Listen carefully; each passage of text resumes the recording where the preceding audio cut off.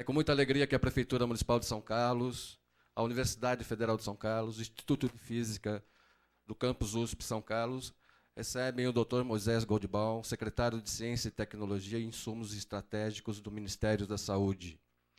Convidamos para compor a mesa de abertura dessa solenidade o ilustríssimo Dr. Dirceu Braz Barbano, secretário municipal de Saúde, representando neste ato o excelentíssimo prefeito municipal, professor Newton Lima Neto. Convidamos o Dr. Moisés Goldbaum, secretário de Ciência e Tecnologia e Insumos Estratégicos do Ministério da Saúde.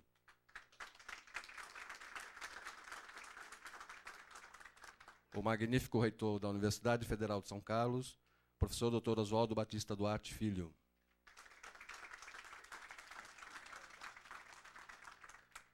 O diretor do Instituto de Física da USP Campus São Carlos, professor Dr. Roberto Mendonça Faria.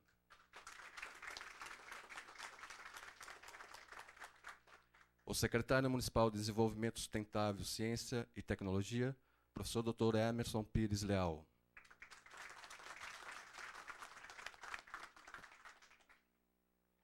Gostaríamos de agradecer a presença do professor Dr. José Seixas Lourenço, coordenador-geral de Apoio à Pesquisa e Desenvolvimento Tecnológico da Secretaria CIT do Ministério da Saúde. Dr. Manuel Roberto Santos, diretor do Departamento de Assistência Farmacêutica da Secretaria de CIT e Insumos Estratégicos do Ministério da Saúde. A professora doutora Maria Luísa Emil, pró-reitora de Extensão da UFSCar. O professor Dr. Glaucius Oliva, diretor eleito do Instituto de Física da USP, São Carlos. O professor Dr. Sérgio Mascarenhas e a professora doutora Ivone Mascarenhas. Muito obrigado aos professores, pesquisadores da USP e da UFSCar aqui presente. E passamos agora a palavra ao professor Dr. Roberto Mendonça Faria. Bom dia a todos. É com orgulho que o Instituto de Física de São Carlos recebe aqui em nossa casa esse evento, que é um evento extremamente importante, ligando desenvolvimento científico e tecnológico com políticas públicas, principalmente quando política pública se faz na área da saúde.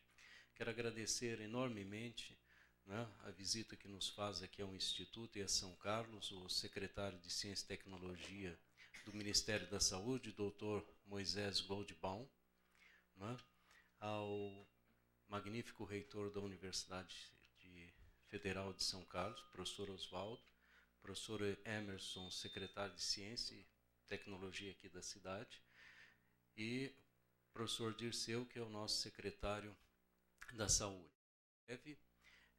E dizer que o importante aqui serão as apresentações dos trabalhos, já em fase muito avançada, alguns já, em convênios com determinados hospitais para testes, que são equipamentos desenvolvidos com tecnologia nacional e com corpo, portanto, de pesquisadores e técnicos habilitados a manusear e a operar e dar manutenção a esses equipamentos, e também a outros projetos que são na área de prevenção, na área de tratamento, que envolve não só física, mas envolve uma área interdisciplinar que nós temos aqui no Instituto, com pesquisadores de outras áreas afins, como biologia, bioquímica e assim por diante.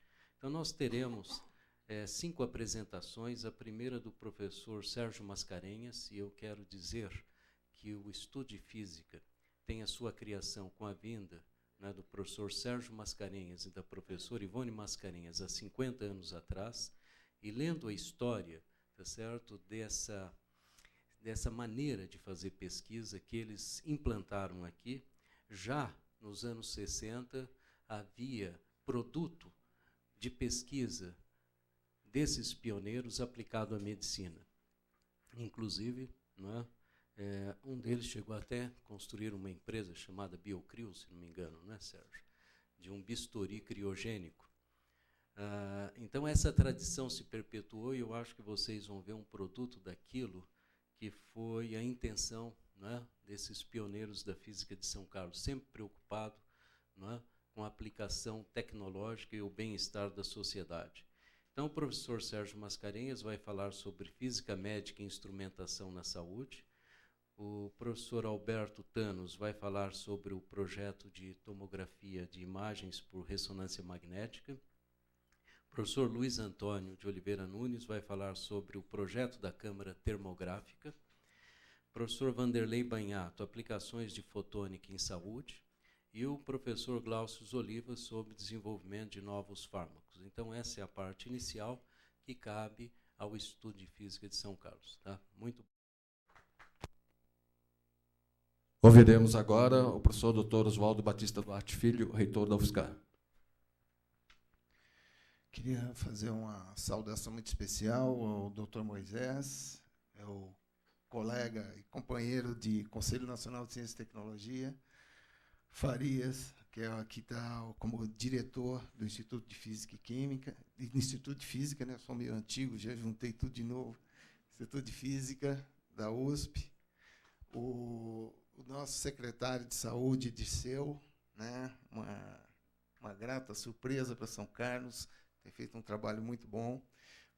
O colega Emerson Leal, secretário de Ciência e Tecnologia. E queria saudar aqui pesquisadores da USP, professores, Sérgio Mascarenhas, professores, pesquisadores também da Universidade Federal de São Carlos, doutora Lúcia Williams aqui representando a Unidade de Saúde Escola da UFSCar, o doutor Giovanni representando o nosso curso de Medicina, o Nelson Guedes, da Engenharia de Materiais e do Centro de Caracterização e Desenvolvimento de Materiais, e outros professores aqui presentes. É para nós uma satisfação muito grande hoje estar, mais uma vez, essa semana, 2 vezes eu estive aqui na USP, em momentos importantes. E para fazer uma homenagem a um físico falecido daqui da USP, o professor Panipucci, que teve a sua trajetória científica, inclusive, marcada pelo desenvolvimento de equipamentos na área de saúde, e que nós tivemos a oportunidade de vir homenageá-lo. E hoje, esse momento, que é um momento de futuro, né? Onde nós vamos poder apresentar ao nosso secretário do Ministério da Saúde um pouco daquilo que nós já desenvolvemos e falarmos principalmente do potencial que temos para o futuro no desenvolvimento de ciência, de tecnologia para a área da saúde. Vai ser uma oportunidade onde ele vai poder conhecer um pouquinho daquilo que nós já fazemos e conhecer um pouco as nossas universidades. Hoje à tarde ele deve fazer uma visita aqui aos laboratórios da USP e depois também a alguns laboratórios da Universidade Federal de São Carlos. É claro que o que nós vamos apresentar aqui, pelo menos em nome da UFSCar, é um pouco daquilo que nós já fazemos. Com certeza temos muito mais pesquisas sendo desenvolvidas e que poderiam ser, de certa forma, agregadas a um centro ou uma política de desenvolvimento na área para a saúde. Nós vamos ter aqui a apresentação de um projeto que é financiado pela FINEP, que é relacionado a tratamento com idosos, que vai ser feito pela professora Sofia Pavarini, que é do departamento nosso de enfermagem. Nós vamos ter uma apresentação do nosso curso de medicina, feita pelo Dr. Giovanni, mostrando o perfil desse curso, a perspectiva que nós temos, e, obviamente, o curso de medicina vai ser o grande catalisador de tudo aquilo que nós vamos poder desenvolver na área de saúde para o país. Então, através desse curso, isso vai ser extremamente importante, a presença deles aqui. Também um projeto sobre tecnologia e terapia das mãos, que vai ser apresentado pela professora Iracema. Temos também a apresentação do projeto de fisioterapia cardiovascular pela professora Catai, um projeto antigo da UFSCar, mas reconhecido nacionalmente pelo Instituto de pela Associação de Cardiologia do Brasil, como sendo um dos projetos mais importantes na área de prevenção, principalmente. E teremos também a apresentação feita pelo professor Nelson Alcântara, que vai falar sobre o projeto nosso em materiais para implantes ortopédicos. Nós temos algumas outras pesquisas na área de química, na área de física, na área de materiais, na engenharia química, que produzem na área de biotecnologia, estão trabalhando com antibióticos, outros trabalham na parte de princípios ativos e produtos naturais. Então, tudo isso pode ser somado em conjunto com a própria Universidade de São Paulo, que também, além da física, tem outros setores que também desenvolvem atividades relacionadas e, portanto, eu acho que nós temos aqui o caldo ideal para o desenvolvimento de pesquisa na área de medicina, na área de saúde. Então, com a vinda, inclusive, do curso de medicina, isso eu acho que vai impulsionar muito mais. Então, para nós, é uma satisfação estarmos aqui no dia de hoje, fazendo essa discussão, e queria parabenizar a física, a Prefeitura Municipal, né, principalmente na presença aqui do Emerson e do Dirceu, que aqui representam também o prefeito. Eu tenho certeza que o Newton foi um grande estimulador, porque isso tem a cara do Newton, né, como ele procura agregar, né, as coisas. E para nós, então, é importante participarmos aqui, porque estamos projetando o futuro. Eu queria, de antemão, pedir desculpas, que eu não vou poder ficar além das 10h30. Então, eu vou assistir até 10h30, mas outras pessoas vão estar aqui e vão poder acompanhar. Então, eu queria parabenizar, queria agradecer a vinda do Dr. Moisés aqui, dizer que o senhor está na sua casa, estando na USP e estando na UFSCar, e que nós temos muito prazer em recebê-los aqui. Muito obrigado e um bom dia de trabalho para todos nós no dia de hoje. Bom dia a todos. Eu vou começar agradecendo a presença do Dr. Moisés, que no dia 31 de março, o dia que eu fui me despedir dele no Ministério, eu disse a ele que, além de me despedir do meu chefe, do meu superior, eu tinha o prazer, naquele momento, de me despedir de um amigo que eu ganhei durante o ano em que estive trabalhando com ele. Eu te agradeço muito por ter vindo aqui. O professor Roberto, o professor Oswaldo, o professor Emerson. Acho que o professor Oswaldo já disse aqui, né, esse tipo de atividade é o tipo da atividade que tem o jeito, a cara do prefeito Newton Lima, um professor da Universidade Federal, que desde que assumiu a Prefeitura de São Carlos, tem uma fala recorrente, né, que como pode uma cidade como São Carlos, a capital da tecnologia, onde tantas tecnologias e tanto conhecimento se desenvolve nos laboratórios, nos institutos de pesquisa, ser uma cidade que aparentemente fica tão distante dos benefícios que essas tecnologias, que esses conhecimentos podem representar para a sociedade de São Carlos e para a sociedade brasileira como um todo. Em várias áreas, São Carlos vem se acostumando já a trazer para o campo da vida das pessoas aquilo que se produz na Universidade Federal de São Carlos, no campus da Universidade de São Paulo e nos institutos de pesquisa da cidade. Eu, claro que fui contaminado pela questão da ciência e tecnologia em saúde, por ter primeiro estado no Ministério,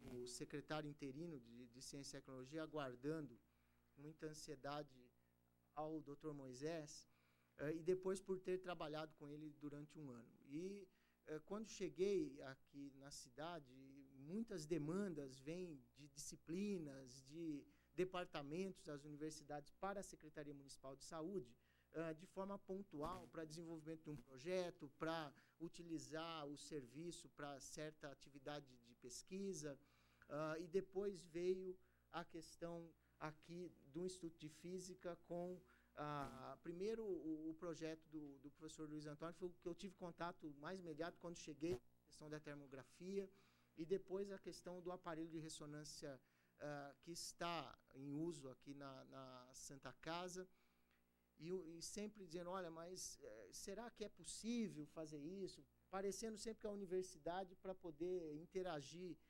com os sistemas de saúde e outros tantos, tem que ficar indo e pedindo quase que um favor para poder colocar o conhecimento e a tecnologia à disposição das pessoas. E isso me incomodou bastante.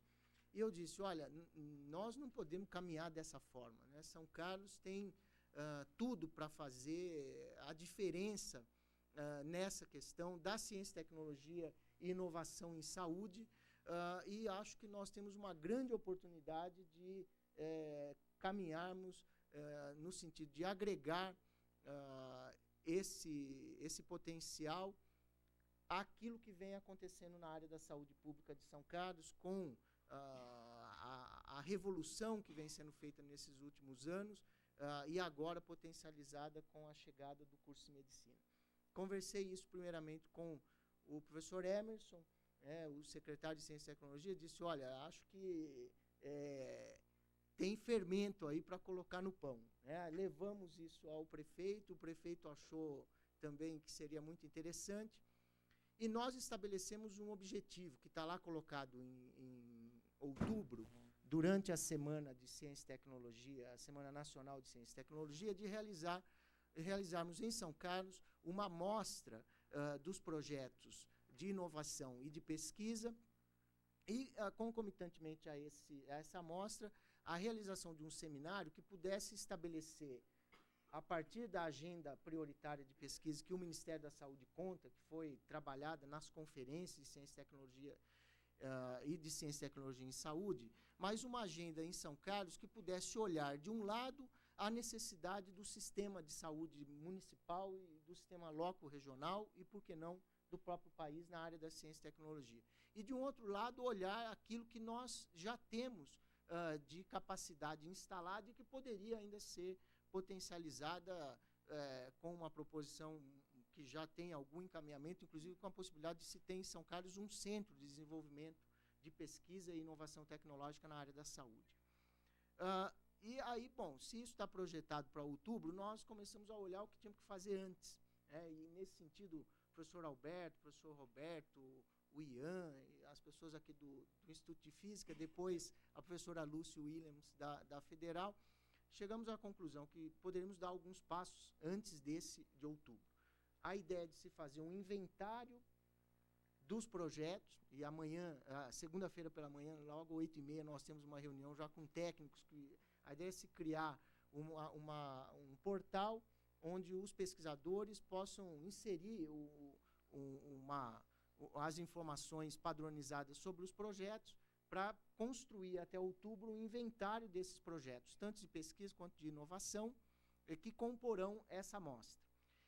E eu aí abusei da minha condição de ser uma pessoa que podia ligar para o Dr. Moisés durante as férias dele e pedir a ele que viesse a São Carlos para que nós pudéssemos fazer esse primeiro movimento, trazendo o Dr. Moisés aqui a São Carlos, para que também pudesse nos dizer quais são os caminhos e quais são as ações e as concepções que hoje estão colocadas em prática no nível do governo federal, que também nessa área de ciência e tecnologia, o Dr. Moisés vai falar sobre isso, possibilitou um grande avanço para todos nós, com a criação da Secretaria de Ciência e Tecnologia no Ministério da Saúde e com os desdobramentos que foram feitos a partir, principalmente, da chegada do Dr. Moisés à Secretaria no ano passado, que conseguiu catalisar ali o trabalho do Departamento de Assistência Farmacêutica, do Departamento de Economia da Saúde e do Departamento de Ciência e Tecnologia, que hoje é dirigido pela doutora Suzane Serrui, que está aqui representada pelo professor Seixas Lourenço, que é conhecido de todo mundo aqui, principalmente. Eu fiquei sabendo essa semana que ele também tem uma formação em física, e eu não sabia disso. ele estava disfarçado de médico lá na Secretaria de Ciência e Tecnologia, e todo mundo olha para ele e acha que ele é médico, né? Aí me falaram que ele é físico. Eu acho que foi isso, exato, né? Então, o movimento que nós estamos iniciando hoje, conforme disse o professor Oswaldo e o professor Roberto, é um movimento de olhar para o futuro, é um movimento que certamente trará a São Carlos uma condição de também na área da saúde, o conhecimento, a tecnologia produzida nos ambientes das universidades tenham concepção prática e possam trazer nos projetos de pesquisa que hoje estudam a lógica do sistema, a sua concepção, caminhos para que esse sistema seja aprimorado constantemente, para que nós sejamos capazes de oferecer à população de São Carlos uma gestão na área da saúde com a cara de uma cidade que quer ser uma cidade chamada de capital da tecnologia, né? E também desenvolver tecnologias e inovações que possam oferecer a São Carlos e à população da região e do Brasil instrumentos que tenham a cara da nossa necessidade. Eu fiquei assim muito contente quando me contaram a história e depois eu fui olhar desse Instituto de Física aqui em São Carlos, desde os primeiros caminhos trilhados pelo professor Sérgio Mascarenhas e depois o trabalho do professor Horácio Panipucci, né, um instituto que é capaz de desenvolver, como também na Universidade Federal muito se faz, uma tecnologia que é dominada no mundo todo por 2, 3 empresas e que hoje possibilitou mais de 6.000 exames que foram feitos em pessoas que tiveram o seu diagnóstico fechado a partir dessa tecnologia, receberam tratamentos a partir desse diagnóstico e puderam contar com um benefício como esse. E nós não podemos, o país não pode se dar o luxo, São Carlos não pode se dar o luxo de não se organizar para potencializar esse trabalho, para que essas tecnologias, de fato, possam se transformar em instrumentos estratégicos de desenvolvimento do país e de independência do país na área da saúde, em tecnologias que sejam necessárias. Então, eu agradeço demais, desde já, a vinda e a presença do Moisés e agradeço a presença de todos, em nome do prefeito Newton Lima Neto. Obrigado a todos.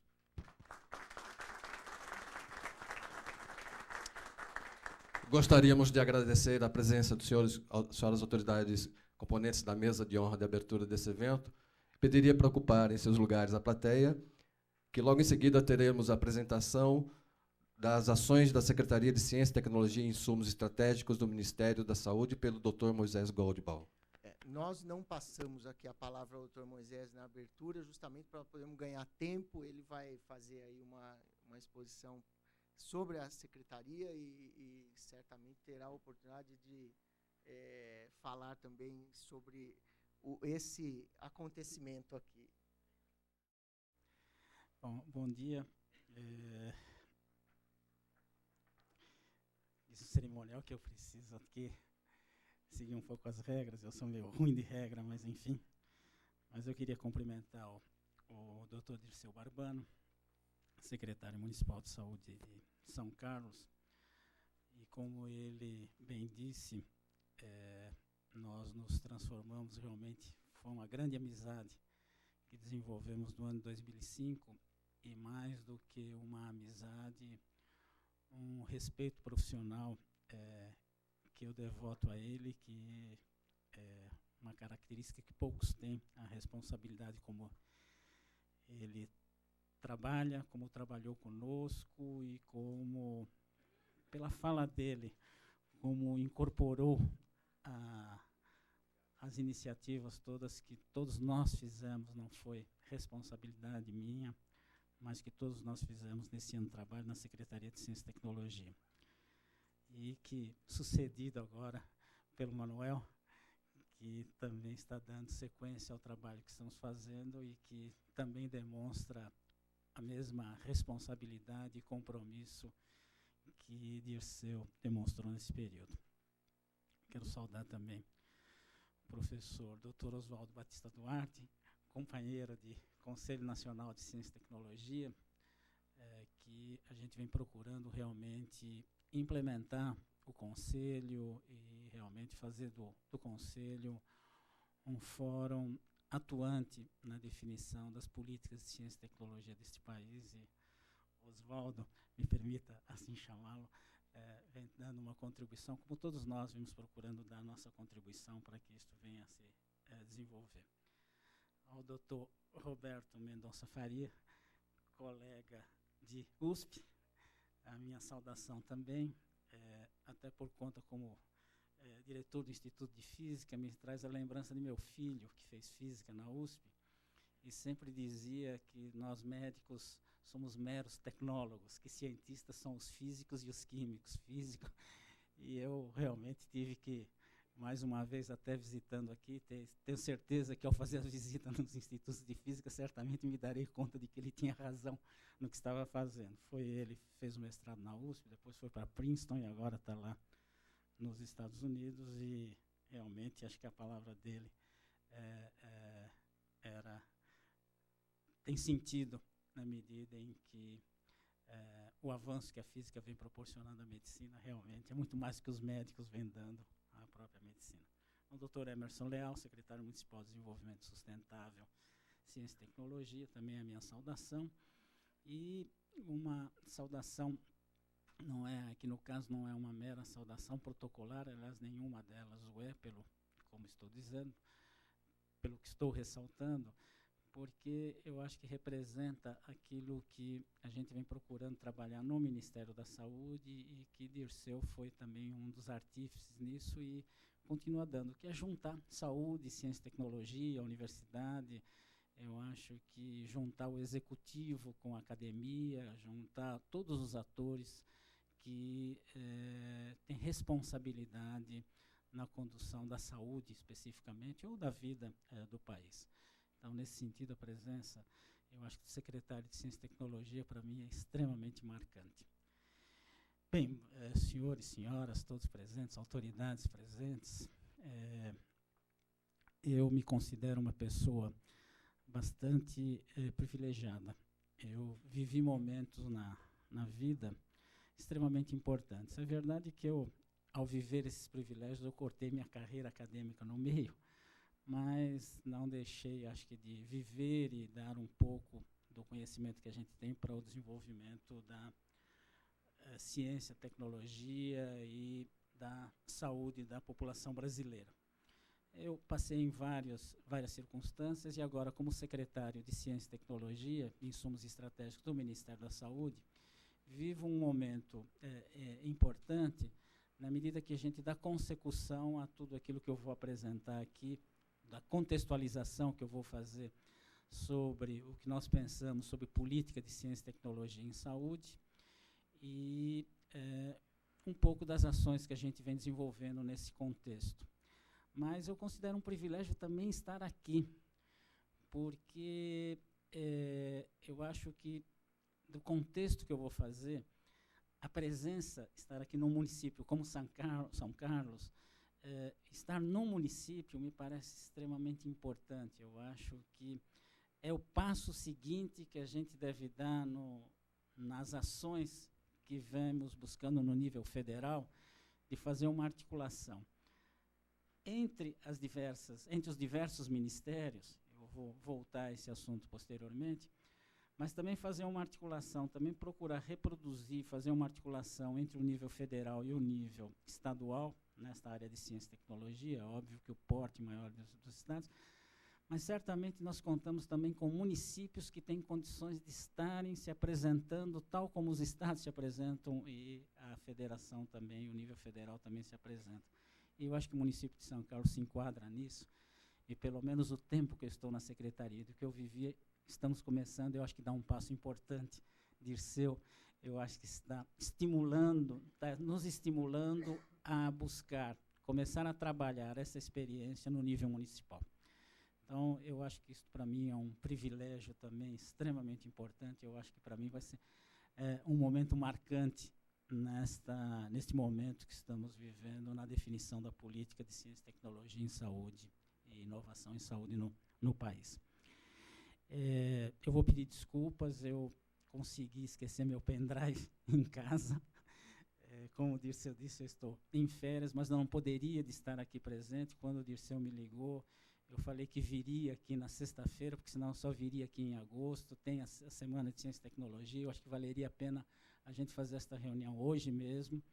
E, bom, enfim, férias, com a cabeça para lá e para cá, montei a apresentação e consegui esquecer, entre orientar o motorista a chegar à minha casa lá em São Paulo e falando acabei esquecendo meu pendrive. Eu vou ter que falar de improviso um pouco, o que talvez tire um pouco a objetividade da apresentação, porque eu sou muito ruim de improviso, já vou avisando, mas eu espero ser claro e objetivo na minha apresentação.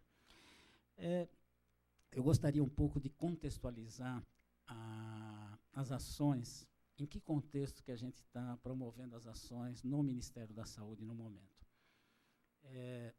Proibido estou de fazer qualquer menção, estamos em período eleitoral, não me tomem aqui por fazer propaganda de nenhum governo, de nenhum presidente, de nenhum... eu vou mostrar quais são as ações que a gente está desenvolvendo, e elas são ações que foram tomadas em certos momentos e implementadas também em outros momentos. Portanto, não pretendo que as minhas palavras sejam tradução de apoio a candidatos X, Y ou Z. Não é isto que me move aqui. O que me move aqui é política de ciência, tecnologia e inovação em saúde enquanto uma política de Estado. Ou seja, esta é uma coisa que a gente precisa se convencer de que não são políticas governamentais. As políticas governamentais dão conta da política de Estado, e é desta forma que a gente tem procurado trabalhar. Mas o pensar política nacional, o pensar a política de ciência, tecnologia e inovação em saúde, nos remete ao começo do século XX, quando o país, na verdade, em termos de desenvolvimento científico e tecnológico, bom, esqueci antes de falar que o professor Seixas Lourenço está aqui presente, é o nosso coordenador de apoio à pesquisa e desenvolvimento tecnológico. Fiz questão que ele me acompanhasse aqui, representando a Suzane Serruia, porque são, digamos, os elementos importantes que vêm procurando trabalhar no âmbito de todo o Ministério a questão do apoio à pesquisa e o desenvolvimento científico e inovação. Bem, mas a grande marca talvez seja, salvo engano meu, o começo do século XX, que marca realmente um desenvolvimento tecnológico no Brasil e na área da saúde. E é um momento que articula, na época de Oswaldo Cruz, todos os nossos grandes sanitaristas, me permitam puxar para os lados dos sanitaristas, não me move nenhum movimento corporativo, mas é uma marca que o Brasil tem em termos de desenvolvimento tecnológico, e é uma marca interessante de desenvolvimento científico, é uma marca que, inevitavelmente, casa uma política de saúde com a política de ciência e tecnologia. Quer dizer, procura atender às prioridades que se apresentavam naquele momento. Não vamos discutir quais são as prioridades, por que se definiam aquelas prioridades, se eram motivações econômicas, financeiras ou políticas, pouco importa. Definição de prioridades, ela sempre é política, não tem saída, e também são econômicas e financeiras. E naquele momento o Brasil avança no combate da febre amarela, avança no combate de várias doenças que criavam problemas para o desenvolvimento do país. Posteriormente, isso vai se perdendo na história da ciência e tecnologia, e veja que o Ministério da Saúde, que tem 50 anos praticamente, foi criado na década de 50, e o seu diálogo com a área de ciência e tecnologia ele é praticamente inexistente. Se percorre este período todo sem um casamento explícito e claro entre política de saúde e política de ciência e tecnologia. Eu vou avançar agora, vou chegar aqui em 1994, quando se realizou a primeira Conferência Nacional de Ciência e Tecnologia em Saúde. Naquele momento, a comunidade científica, bastante presente nesta conferência, estabeleceu, e ali está grafado nos anais da Conferência Nacional de Ciência e Tecnologia, uma frase singela, porém bastante significativa, que a Política Nacional de Ciência e Tecnologia em Saúde é um componente da Política Nacional de Saúde.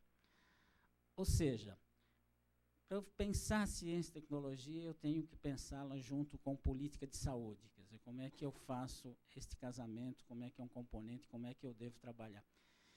Isto sem deixar de levar em consideração as lógicas que seguem cada uma das políticas. A política de saúde tem uma lógica, a política de ciência e tecnologia tem outra, elas devem ser respeitadas. Entretanto, uma política nacional de ciência e tecnologia em saúde é um componente da política, deve ser um componente da política nacional de saúde. Isso foi em 1994. Nós tínhamos esperança, nós, comunidade científica, daí eu falo do lado de lá, da bancada, não como um burocrata da saúde. Tínhamos esperança, lembre-se que em 95 assumiu um novo governo, tínhamos a esperança de que tudo aquilo que discutida, esta conferência foi realizada, salvo engano meu, acho que em novembro de 94. E tínhamos a esperança de que as ações seriam implementadas na medida em que uma nova fase começaria a ser vivida no país. Continuaram as discussões, no nível da SBPC também se continuou toda essa discussão. No Conselho Nacional de Saúde, de certa forma, um pouco essa discussão caminhava. E naquela época, em 1994, se propunha a criação de uma Secretaria de Ciência e Tecnologia no âmbito do Ministério da Saúde e que pudesse inserir o Ministério da Saúde como um ator relevante na condução da política de CIT do país. Isto se realiza em 2003. Com a reformulação do Ministério da Saúde, se cria esta antiga aspiração da comunidade científica, que foi a Secretaria de Ciência e Tecnologia, Insumos Estratégicos do Ministério da Saúde. Eu não vou contar a história dela de 2003 a 2005, eu acho que não vem ao caso. Em 2005, eu chego lá, eu fui convidado pelo ministro Humberto Costa, à época, para compor a equipe dele como secretário de Ciência e Tecnologia, o que muito me honrou. Mas, com a criação desta secretaria, se criou o Fórum definido em 1994, que, aliás, se reitera na Conferência de Ciência e Tecnologia, na segunda Conferência Nacional de Ciência e Tecnologia, Inovação e Saúde, realizada em 2004. Daí com uma participação não só majoritária da comunidade científica, mas com uma participação importante de todos os setores da sociedade, seja os usuários, seja os trabalhadores em saúde, seja os gestores e a comunidade científica. Uma conferência um pouco turbulenta, não sei quem daqui esteve presente, mas, de qualquer sorte, uma conferência que registrou 2 pontos importantes. Uma conferência da qual se extraiu um documento que é a Política Nacional de Ciência, Tecnologia, Inovação e Saúde e uma Agenda Nacional de Prioridades e Pesquisa em Saúde, que permite à Secretaria de Ciência e Tecnologia do Ministério da Saúde, hoje em dia, ter não só a Secretaria, mas a comunidade científica, a comunidade brasileira, tem um documento no qual se espelhar para o desenvolvimento científico, tecnológico e de inovação em saúde. Reiterando tudo aquilo que foi dito em 94, que foi registrado em 94.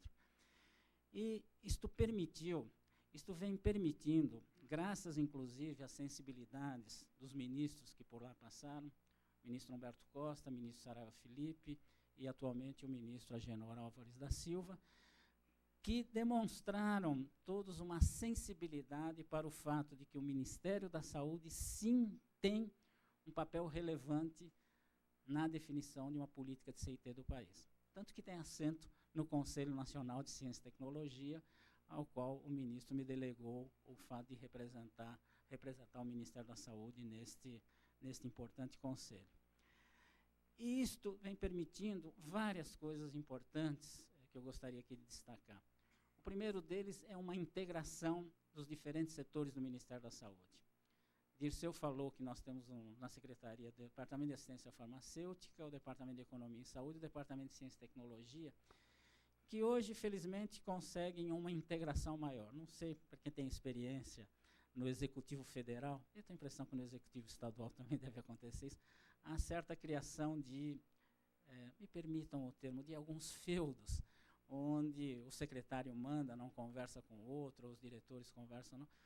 Hoje em dia, esta criação da Secretaria de Ciência e Tecnologia, de toda a renovação que houve no Ministério da Saúde, permite um diálogo entre os vários setores, internamente à secretaria e também com as demais secretarias do Ministério da Saúde, particularmente uma que diz respeito aqui aos trabalhos que vêm sendo desenvolvidos nos institutos de física aqui de São Carlos, que é a Secretaria de Atenção à Saúde, que responde por toda a questão dos diagnósticos e terapêuticas na área da saúde.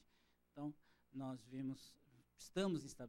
estabelecemos um diálogo importante, toda uma discussão de todas as ações que nós na Secretaria estamos desenvolvendo, elas envolvem necessariamente todas as demais secretarias.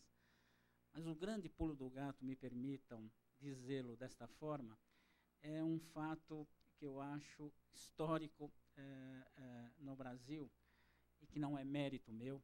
Isto eu encontrei, se falou muito em herança maldita, eu recebi uma herança bendita dos que me antecederam no Departamento de Ciência e Tecnologia e no Departamento de Assistência Farmacêutica, especialmente da Secretaria de Ciência e Tecnologia, que é uma articulação com o Ministério de Ciência e Tecnologia. Nós passamos até uma cooperação técnica, Ministério da Saúde e Ministério de Ciência e Tecnologia, e também um diálogo extremamente importante com o Ministério do Desenvolvimento Industrial e Comércio Exterior.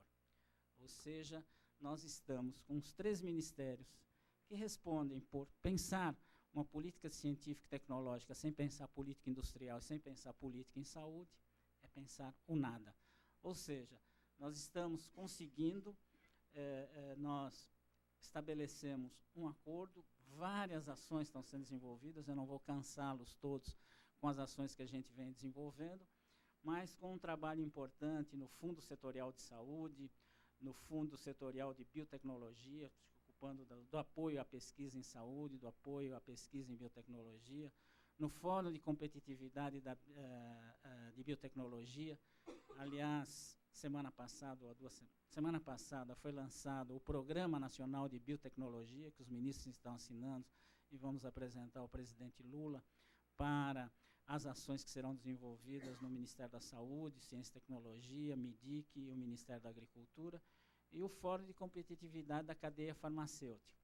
Este eu não tenho ainda grandes resultados a apresentar, mas certamente por problemas que nós vivemos no Ministério da Saúde, particularmente na Secretaria de Ciência e Tecnologia, não nos permitiu avançar como avançamos em outras áreas. Mas, felizmente, estamos retomando os caminhos e tocando as coisas. Mas este é um ponto importante.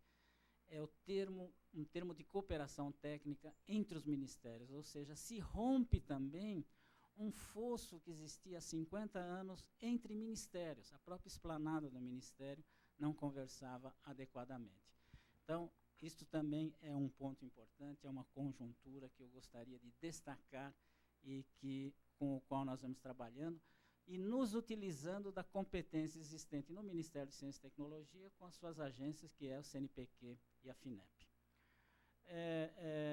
A existência, então, desta política como eu disse, da política de ciência, tecnologia, inovação e saúde e da agenda de prioridades, vem nos permitindo trabalhar de forma a buscar que nossas ações sejam convergentes, olhando para a política de saúde, o que é que a política de saúde demanda da área de ciência e tecnologia, o que é que a política de saúde demanda da área industrial e como é que nós podemos estabelecer esse diálogo. Então, é neste contexto que estamos trabalhando, é desta forma que a gente vem executando as nossas ações, e é neste ambiente que estamos trabalhando, dando sequência à atividade que foi pensada e que foi elaborada conceitualmente na conferência de 1994. Eu chamo a atenção para 1994 até 2003, porque muitas das nossas ações demandam um tempo de maturação. Foram 10 anos para que as coisas amadurecessem, criassem situações nas quais a gente pudesse colocar em marcha as nossas aspirações. E digo as nossas aspirações, me permitam colocar muitas aspirações da comunidade científica. Não respondemos totalmente elas? Lógico. São 10 anos que amadureceram, 3 anos de uma história que a gente pretende que deixe as suas marcas junto à comunidade científica, particularmente junto a toda a comunidade brasileira. Bem, de posse desta Política Nacional de Ciência e Tecnologia, o Ministério da Saúde se lança, então, neste diálogo, se lança numa discussão sobre estas iniciativas, e também não adianta fazer discurso, elaborar termos, documentos, se não tiver recursos financeiros. E o Ministério da Saúde entendeu. Eu acho que, felizmente, os nossos ministros que ocuparam as pastas agora, parte dos nossos diretores e alguns dos nossos secretários foram sensíveis a esta necessidade de implementar a política. E para implementar a política tinha que ter recursos. E o Ministério da Saúde começou a lançar recursos. No ano de, acho que vocês tiveram a oportunidade de acompanhar, nós colocamos no ano de 2004, salvo engano meu, algo em torno de 50 milhões de reais, não é isso, Seixas? No ano de 2005, 60 milhões de reais, e neste ano de 2006 estão sendo aplicados em editais 72 milhões de reais. Ou seja, há um valor crescente de recursos que são aplicados. Não são recursos poucos, quando vocês olham para as nossas agências, se equivale mais ou menos ao que a FAPESP, por exemplo, vem aplicando aqui, até mais em termos de apoio à pesquisa. Se ombreia com CNPq e FINEP em termos de recursos que são colocados. E mais que isso, que é importante, havia uma certa desconfiança da comunidade científica desta ação do Ministério da Saúde. Parte da comunidade científica reagia, primeiro porque achava que quem ia apostar desse dinheiro eram os membros da minha comunidade, que é da saúde coletiva. O que não é verdade, eu explico por que isso não é verdade. E segundo, porque é aquela história, eu ponho com uma mão e tiro com a outra, né? Eu ponho num bolso e tiro do outro bolso. Não, se tratam de recursos incrementais. São recursos que estão sendo adicionados à área de ciência e tecnologia. Então, isto posto, como é que nós vamos desenvolver nossas ações? Nossas ações estão pautadas em cima da Agenda Nacional de Prioridades de Pesquisa, é uma lista enorme. Foi o que... Vocês sabem que as conferências nacionais, elas são conferências, é o momento alto que a sociedade, o momento mais, digamos, culminante que a sociedade brasileira decide quais são os seus destinos. E nesta conferência nós conseguimos tirar uma Agenda Nacional de Prioridades de Pesquisa que quem olha fala, mas isso é uma lista de problemas de pesquisa em saúde. Foi o acordo que se conseguiu chegar na conferência. Entretanto, esta lista hoje permite ao gestor em ciência e tecnologia olhar para esta lista e definir por onde vai caminhar em comum acordo com todos os atores, na medida em que vamos dialogando, vamos conversando, vamos vendo e definindo áreas de atuação. E é neste sentido que, nesses 3 anos, nós procuramos contemplar nos editais, junto ao CNPq, junto com o CNPq e FINEP, contemplar editais, apresentar editais que contemplassem esta Agenda Nacional de Prioridades. Então, vocês vão olhar lá, tem saúde do idoso, saúde da mulher, saúde do homem, o complexo industrial da saúde está lá como prioridade, a questão da atenção básica, a questão da assistência farmacêutica está ali presente como uma prioridade, e esses editais todos foram lançados e praticamente se cobriu toda esta agenda. O que eu gostaria só de chamar a atenção, neste tempo de apresentação rápida e objetiva que eu quero fazer, porque eu gostaria mais de ouvi-los do que estar aqui vendendo ou apresentando as nossas ações, porque as nossas ações estão aqui colocadas e vamos procurar captar o que vocês vão apresentar para que a gente possa estar apoiando e nos beneficiando também das ações que são aqui feitas. O que eu gostaria de chamar a atenção é que nesta caminhada que o Ministério da Saúde está percorrendo, nós vimos procurando fazer com que as nossas ações todas convirjam, tenham uma convergência, procurando fazer uma aglutinação de todas as ações que as comunidades oferecem. Existe um gargalo importante, eu vou pegar um exemplo só para dizer como é que a gente está trabalhando. Existe um gargalo importante no Ministério da Saúde, que é a incorporação de tecnologia. Como é que se incorpora a tecnologia? Como vocês sabem, o Brasil tem um sistema de saúde criticado, o Sistema Único de Saúde é criticado, tem problemas. Entretanto, é o sistema mais generoso no mundo oferecido a uma população. É um sistema universal, é um sistema com um atendimento integral, quer dizer, atende a todos de forma equitativa, procurando ser equitativo, lógico, dentro das nossas possibilidades, mas a universalidade e a integralidade são marcas desse programa generoso. O que significa que nós temos que oferecer tudo aquilo que a moderna ciência e a moderna tecnologia nos apresenta. Só que isso tem um custo. E nós, infelizmente, não somos um país rico. Somos ricos de ideia, é verdade. Entretanto, não somos ricos em recursos financeiros orçamentários que possam cobrir todas as nossas necessidades. Daí a necessidade de estabelecer prioridades. Esta é uma razão pela qual a gente trabalha com prioridades. Porque se tivéssemos recurso à vontade, não precisaríamos estar discutindo, cada um faz o que quer e terminou, não temos muito o que discutir. Mas este gargalo importante de tecnologia, incorporação de tecnologia, a pressão que a gente sofre para incorporação de medicamentos, principalmente, de equipamentos diagnósticos e terapêuticos, a pressão que se sofre para a incorporação de vacinas, a pressão que se sofre para a incorporação de produtos na área de hemoderivados, enfim, todo o arsenal que a sociedade vai descobrindo, a pressão para incorporação é muito grande. E, obviamente, nós temos recursos limitados. Como incorporar, como fazê-lo? Então, este é um dos pontos que nós identificamos, que é estabelecer um sistema de avaliação e incorporação tecnológica. Então, como fazê-lo? Como é que a gente poderia fazer isto, concorrer? Como é que a gente poderia fazer com que os nossos esforços pudessem ser estabelecidos? Então, várias ações têm sido feitas. Uma delas é a Remato, que é a rede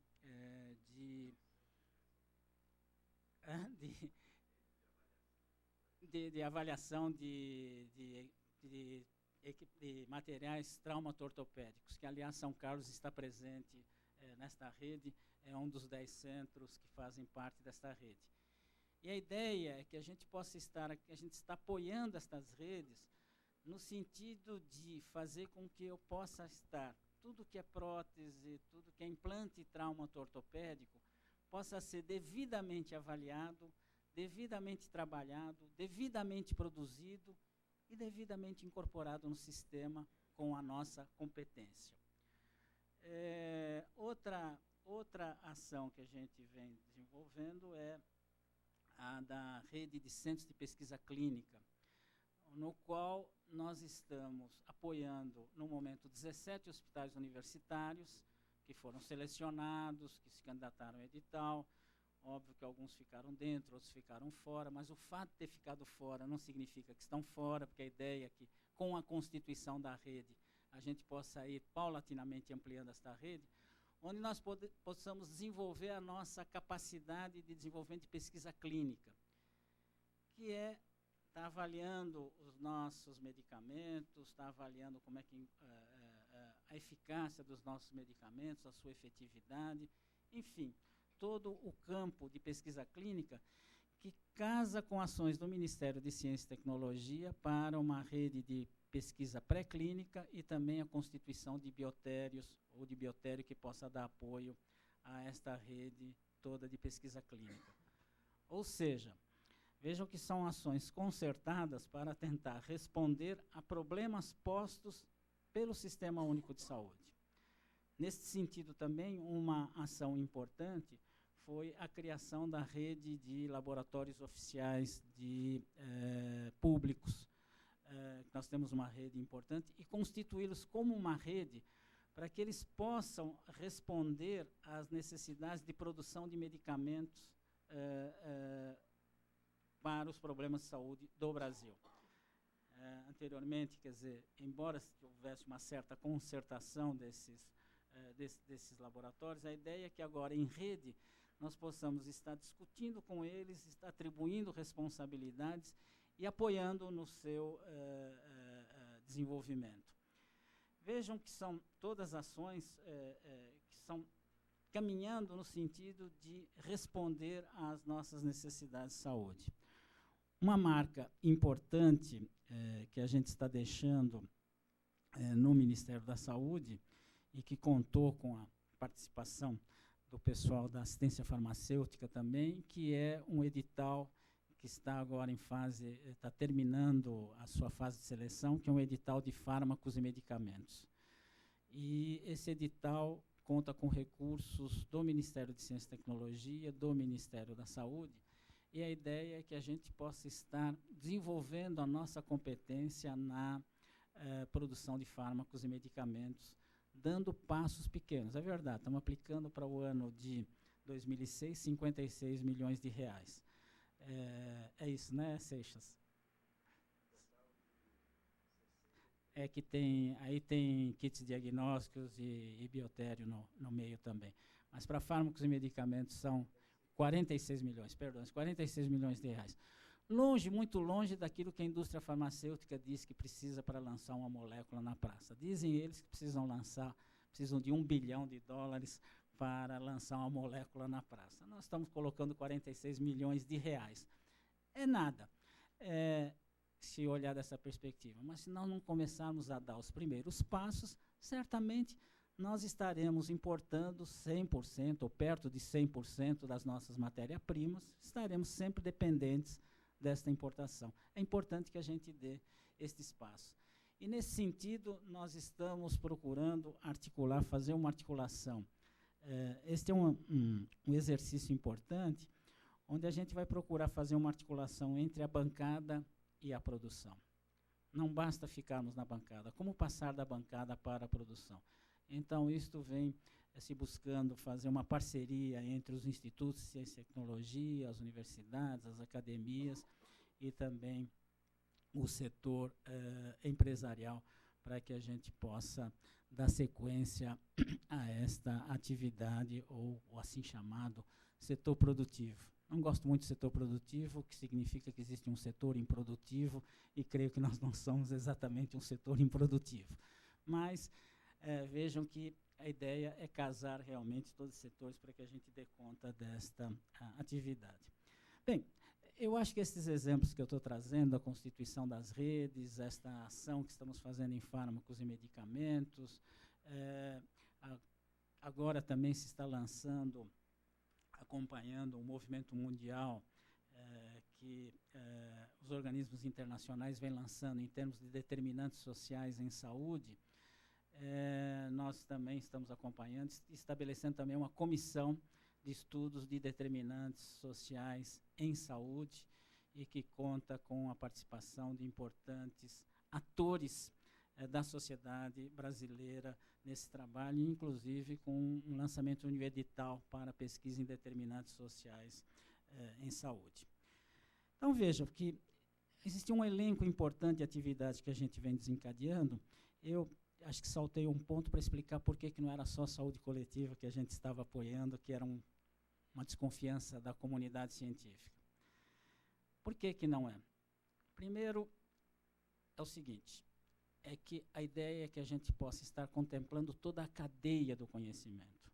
Vai desde aquela pesquisa mais assim chamada básica, aquela pesquisa de bancada, até aquela de digamos, mais aplicada, que seria da área de epidemiologia. Então, estamos apoiando pesquisa com célula-tronco, estamos apoiando pesquisas na área de hemoderivados, estamos apoiando pesquisa procurando contemplar toda a cadeia do conhecimento dentro das nossas possibilidades de recurso orçamentário.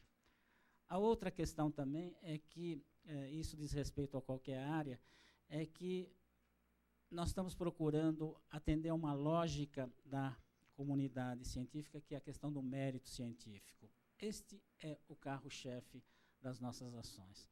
o mérito científico necessariamente tem que ser contemplado, além de contemplar junto a ele a relevância social. Eu acho que cabe à comunidade científica, cabe ao Ministério de Ciência e Tecnologia dar a direção do mérito científico, ao Ministério da Saúde, como é que casa a relevância social. Entendo eu que mérito científico e relevância social não são entidades separáveis, indissolúveis. Elas caminham conjuntamente. Não existe mérito científico sem relevância social e nem relevância social sem mérito científico. Agora, lógico que existem lógicas diferentes em cada uma dessas áreas.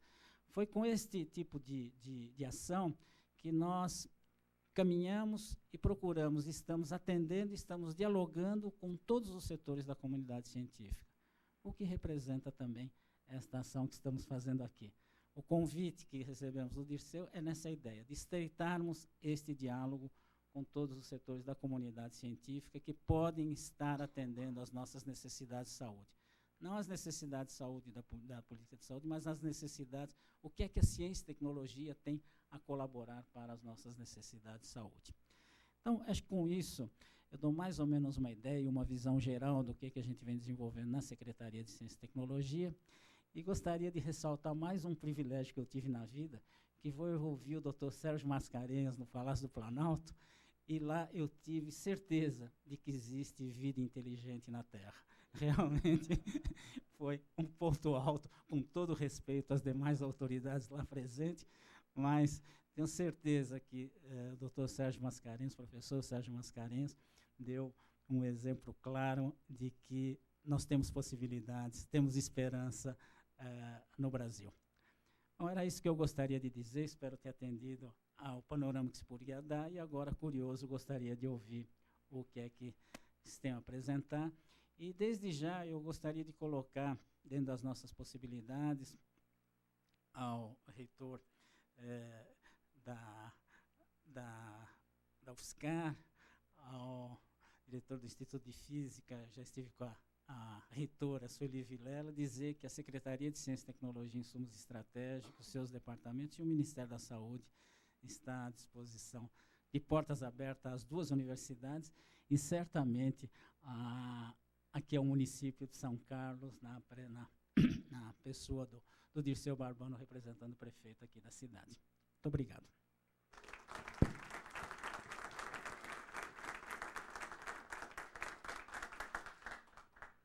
Gostaríamos agora, dando sequência aos trabalhos, convidar o Dr. Dirceu Braz Barbano, secretário municipal de saúde, para coordenar os trabalhos a seguir. E também convidamos o professor Dr. Alberto Thanos, do Instituto de Física São Carlos.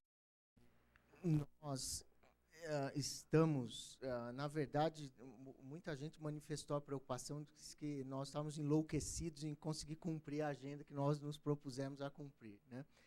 As pessoas que cuidam de cerimonial, de eventos, todos falam, isso não vai dar certo. Mas nós, ainda assim, ousamos em manter a programação. E por conta disso, nós temos já 30 minutos fora do que estava previsto de horário. Claro que é um tempo no Brasil absolutamente aceitável, né? Até porque nós também já nos acostumamos a comprometer o que vem a seguir das coisas que vão até meio-dia, que é normalmente o almoço, né? Mas eu gostaria de já salientar que nós temos aqui uma previsão de 1 hora para uma apresentação das linhas e projetos aqui da Universidade de São Paulo, do Instituto de Física, e também depois mais 1 hora para a Universidade Federal. E eu convidei aqui o professor Alberto para não ser chamado de chato sozinho, porque nós vamos ter que auxiliar as pessoas aí nos seus tempos para que nós tenhamos condições de buscar cumprir ao máximo possível a agenda. O Dr. Moisés, o professor Seixas, o Dr. Manuel estarão visitando depois naquele roteiro que nós definimos com cada uma das universidades, e aí terão mais tempo também para que qualquer dúvida e qualquer assunto que queira se aprofundar em detalhes sejam tratados diretamente com eles na visita. Por isso, nós não vamos ter um tempo aqui de debate, discussão. Claro que, ao final, havendo alguma pergunta e tendo tempo, a gente pode abrir.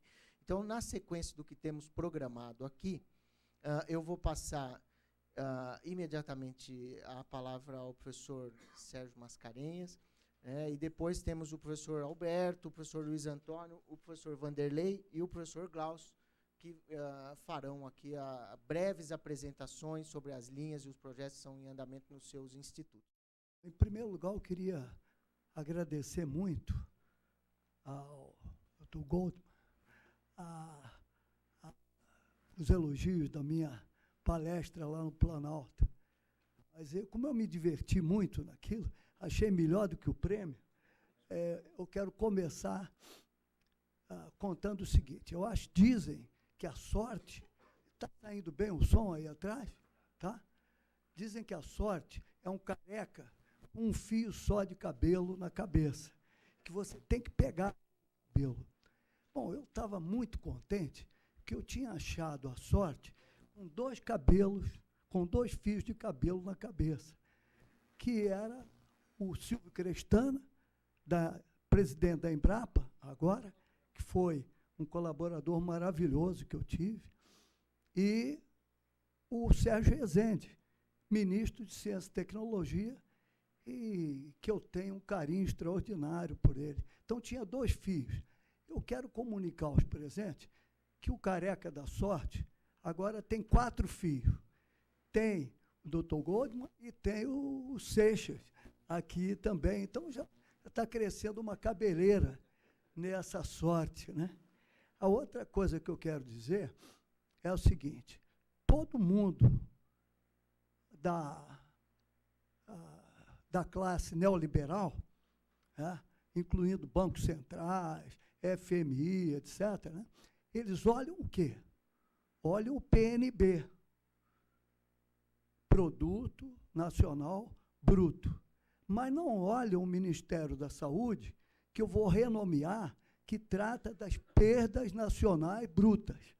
Então, você tem o PNB do Banco Central e tem o PNB do Ministério da Saúde, que é um buraco tremendo, porque a gente perde as gerações, perdemos a saúde do povo, né? E perdemos uma oportunidade tremenda de dar uma contribuição à humanidade inteira, né? Não preciso deixar de lembrar que a nossa ciência, inclusive a física, a química, nasceu da saúde, com Oswaldo Cruz e Carlos Chagas, lá em Manguinhos. Tem um belíssimo livro sobre a história da ciência do Brasil, escrito pela Nancy, me lembra? Perdão? Exato. É professora em Yale. E ela escreveu uma belíssima história da ciência no Brasil, que eu acho que deveria ser obrigatório, tanto quanto os 3 livros básicos da situação brasileira, que é, naturalmente, o Gilberto Freire, né, o Sérgio Buarque de Holanda e o Celso Furtado. Então, com essas 2 pequenas observações, eu passo a razão que a saúde fica sendo tão importante, porque a convergência de ciência e tecnologia é realmente isso daqui, tecnologia. É realmente a história do século XX, e no XXI vai ser pior ainda, no sentido de aceleração, né? Hoje em dia, você teve eletricidade e eletromagnetismo com Faraday e Maxwell, demorou 50 anos para chegar ao motor elétrico, iluminação pública, etc. Energia nuclear, 20 anos, que foram, aliás, apressados pela guerra, né? E você, no mesmo ano que o laser foi inventado, ele já foi aplicado em medicina, em tecnologia. Quer me dar outra aí? Esse é o meu bolsista ambulante, Fernando Santana, que está estudando mecatrônica em Ribeirão Preto. Eu acho que ele vai ser um dos grandes talentos do futuro. Então, a física médica e bioengenharia e biofísica molecular em São Carlos, eu tenho 5 minutos para falar, já gastei 2 com piadas aqui, né? Então, Quanto tempo eu tenho, Tano? Hein? Não, pode cobrar, tá? Não pode ser... Bom, tudo ok, deixa eu falar rápido. Então, as datas históricas, para mim e para a Ivone, né, é que nós chegamos aqui em 56. 56 a 60, na área da física médica, nós começamos trabalhando no medidor de pressão arterial de mercúrio, porque é absoluto, junto com um grande técnico chamado Sebastião Bastos. A gente não pode esquecer das pessoas, né? Ciência é gente, né? Então, se nós nos esquecemos da equipe, nós não temos inteligência cooperativa, né? Então, aqui eu quero lembrar o Trombella, quero lembrar o Sebastião, que fizeram esse primeiro aparelho. Depois, na incubadora pediátrica da Santa Casa, matou muita criança e nós conseguimos fazer automação preliminar no berçário.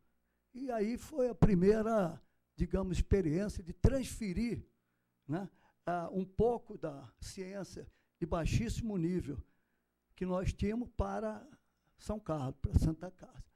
Mas a coisa realmente começou quando eu fiquei doente. Doença é bom, às vezes, viu?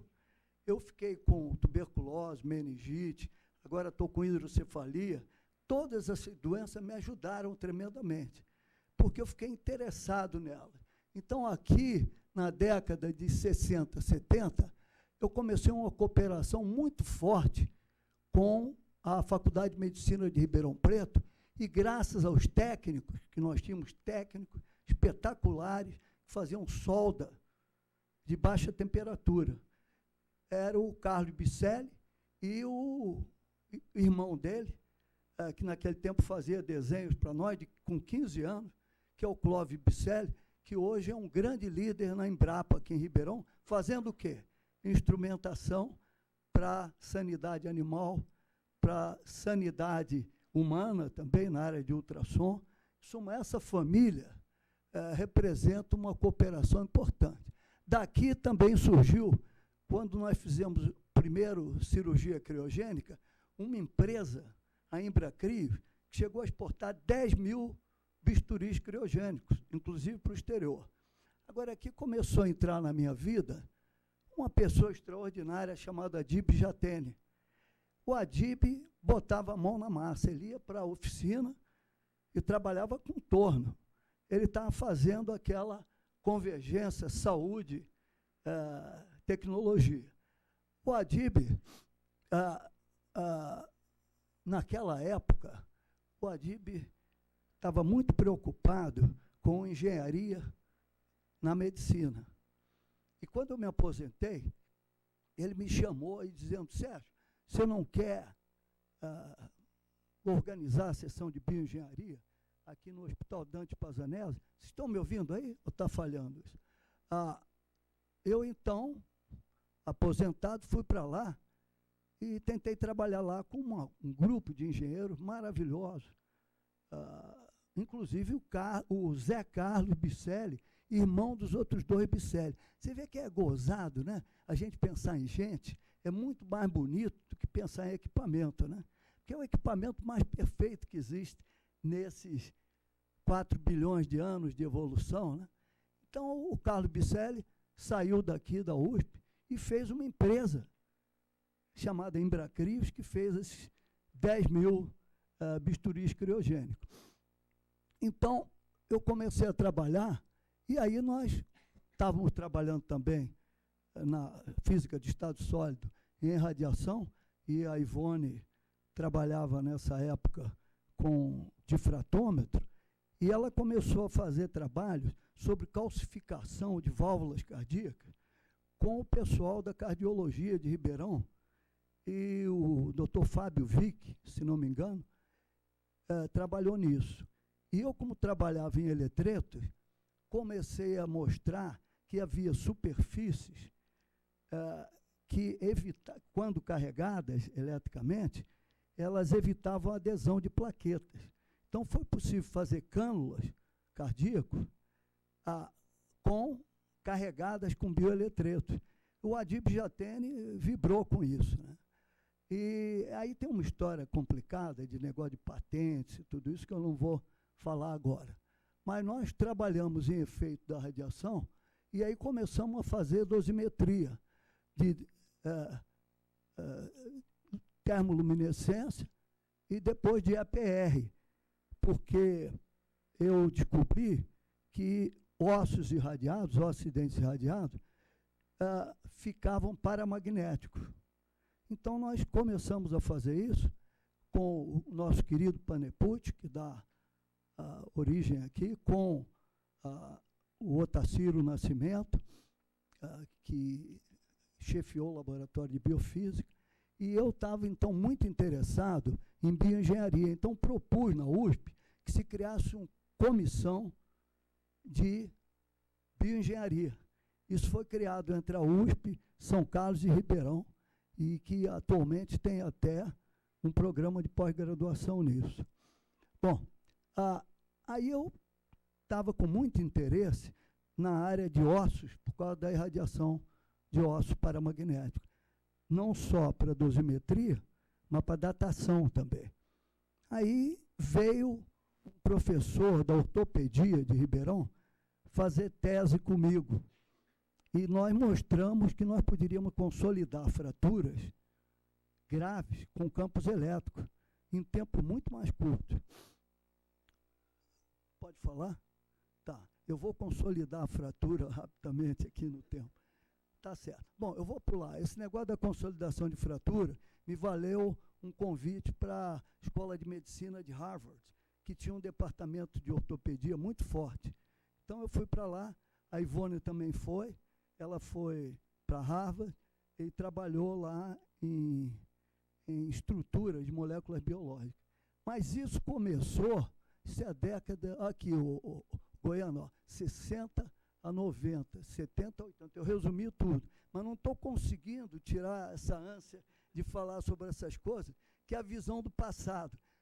Mas nós temos que ter a visão do futuro. E vocês, Goldbaum, Seixas, representam o futuro, né, dessa união que começou lá com Oswaldo Cruz, né, e que eu espero que agora, com essa visão prospectiva, vá ter um encaminhamento formidável. Bem, de 70 a 80, eu consegui, nós conseguimos criar o Instituto de Física e Química. E aí, na UFSCar, eu fui o presidente do Conselho de Curadores e pró-reitor e reitor pró-tempore, e comecei os meus contatos com Ribeirão Preto, que tem uma escola de enfermagem maravilhosa. Então, nós fomos lá e trouxemos o pessoal da escola de enfermagem para programar a enfermagem na UFSCar. Foi um sucesso tremendo, porque a enfermagem é de uma importância muito grande. Agora, nessa altura, a Ivone recebeu um aparelho de raio-x de cristalografia automático. Aí ela, o Castelano e uma porção de colegas que nós recebemos, e depois a nova geração, né, com o Glaucio, começaram a trabalhar em produtos naturais, fármacos, pequenas moléculas, e publicaram muito com, inclusive, o saudoso professor Gottlieb, que espalhou a ideia de produtos naturais brasileiros e, portanto, foi um pioneiro da indústria farmacológica no Brasil. Então, a Ivone fez esse trabalho junto com essa equipe maravilhosa da cristalografia e deram contribuições muito grandes nesse setor. Bom, aí eu verifica, bom, isso daqui foi a Ivone também que fez.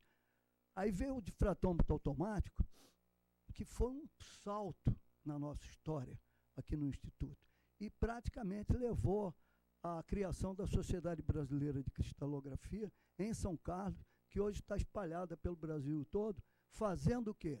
Fazendo coisas ligadas à saúde, a produtos naturais, à farma. Deixa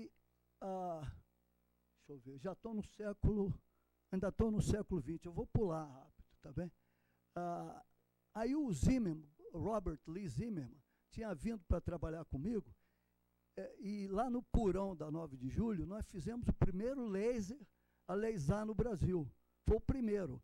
Por sorte, o Rogério Cerqueira Leite estava aí nesse dia, então ele presenciou o nosso laser funcionar. Foi a primeira vez que um laser funcionou no Brasil, foi nos Purões da 9 de julho, feito pelo Zimmermann, que hoje está na Física Médica, em Ribeirão Preto também.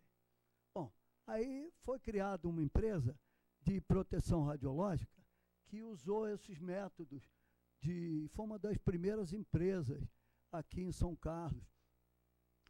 80, 90, a pós-graduação em Física Aplicada foi obtida com uma luta tremenda, inclusive interna aqui no nosso instituto, que não queriam física aplicada. A física teórica é muito importante, mas a física aplicada também. E nós fomos muito combatidos, mas a Ivone foi à CAP, estruturou o curso, e nós devemos à física aplicada aquele esforço silencioso que ela tem, né, de não... Eu sou muito mais demagógico, né, mas a Ivone é muito mais verdadeira, né? E então nós conseguimos a pós-graduação e começamos a física médica em pós-graduação e em biofísica. Aliás, a biofísica molecular teve tanto sucesso que hoje um dos nossos colaboradores, o Zé Nelson Nuchique, foi eleito há um mês atrás para a National Academy of Science nos Estados Unidos. Tá, já acabo. Bom, então, física aplicada, física médica, dosimetria. Aí foi para Ribeirão o BAFA, que era do grupo também aqui, e com o Tomás Guilardi também. Eles criaram a física médica em Ribeirão, primeiro curso a nível nacional de física médica, graças ao auxílio de muitas interações internacionais, por exemplo, com o professor John Cameron, né, com a nossa interação em Harvard, no MIT. Bem, e 1990, 2000, já estou terminando. Viu? Você vê que passa depressa o tempo, né? É verdade.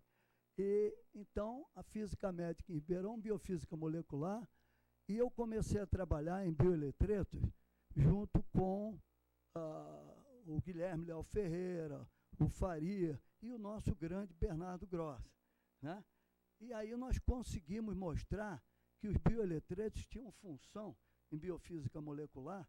Eu estou trabalhando nisso até hoje, agora, com uma molécula que é a tubulina, que parece ser uma molécula de grande importância para a memória e para funcionamento de várias funções biológicas. Eu não vou discutir isso, senão não acabo aqui. Bom, biofísica molecular. Aí eu fui chamado para Trieste pelo professor Abdo Salam e convenci-o de que não adiantava só física teórica, que era importante, mas precisava ter física médica e precisava ter biofísica. E ele, então, muito entusiasmado, apesar de ser um teórico, mas teórico mesmo, não é teórico com T pequeno, não, né? É um teórico que ganhou o Prêmio Nobel pela unificação do campo de forças fortes com eletromagnetismo. Então, o Salam me prestigiou muito, eu fiquei lá 12 anos organizando colleges para o mundo todo, aí China, toda a América Latina, África, durante 12 anos, e recebemos, então, bastante verba, e eu consegui implantar isso a nível globalizado. Criamos uma associação chamada Third World Association of Medical Physics, da qual o Salam foi o primeiro presidente de honra, e eu tive a sorte de ser o primeiro presidente fundador, e que existe até hoje.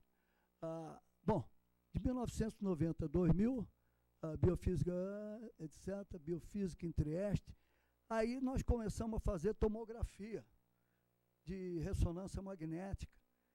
E eu sugeri ao Silvio Cristana que a tese dele, de doutorado aqui em São Carlos, pudesse ser sobre tomografia de solos, de plantas. Isso hoje está implantado lá, e foi o primeiro trabalho a nível mundial de tomografia de solos em plantas. Aliás, eu tenho aqui um grande companheiro, que é o Wilson Seluc, que está no Hospital das Clínicas em Ribeirão, chefiando a bioengenharia lá e a eletrônica, fazendo uma grande intervenção de telemedicina, que saiu daqui de São Carlos, trabalhando em laser aplicado ao problema de bombeamento de água por plantas. Com um interferômetro óptico, ele mediu qual a eficiência de bombeamento da raiz da planta pela inchação, né, pelo inchamento da raiz, e aí o estresse das plantas. Foi uma tese que era para ser tese de doutorado.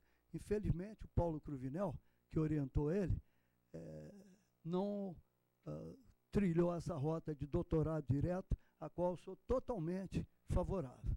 Bem, e tomografia de raio-x, aí o Paneput ficou muito interessado nisso, chamamos o Adib Jatene de novo, e o Adib Jatene, o Jans Laet e o Castellano se interessaram pelo problema e conseguiram levar à frente esse projeto com um sucesso extraordinário que acabou levando esse projeto para a Santa Casa, aqui com o primeiro tomógrafo de NMR feito no Brasil. Bom, tem um monte de outras coisas aqui, colaboração com o Japão, com o Madison, com Davis, com Berkeley, com a Universidade de Roma, de Sassi, todos nessa área de física médica ou medicina, até que chegou 2000 ou 2006, já estou acabando, a informática biomédica foi criada em Ribeirão Preto, e que é uma área tremendamente fértil e importante, e eu agora estou trabalhando num medidor de pressão intracraniana não invasivo, porque eu estou com hidrocefalia, e você só pode fazer medição da pressão interna intracraniana fazendo um buraco na cabeça.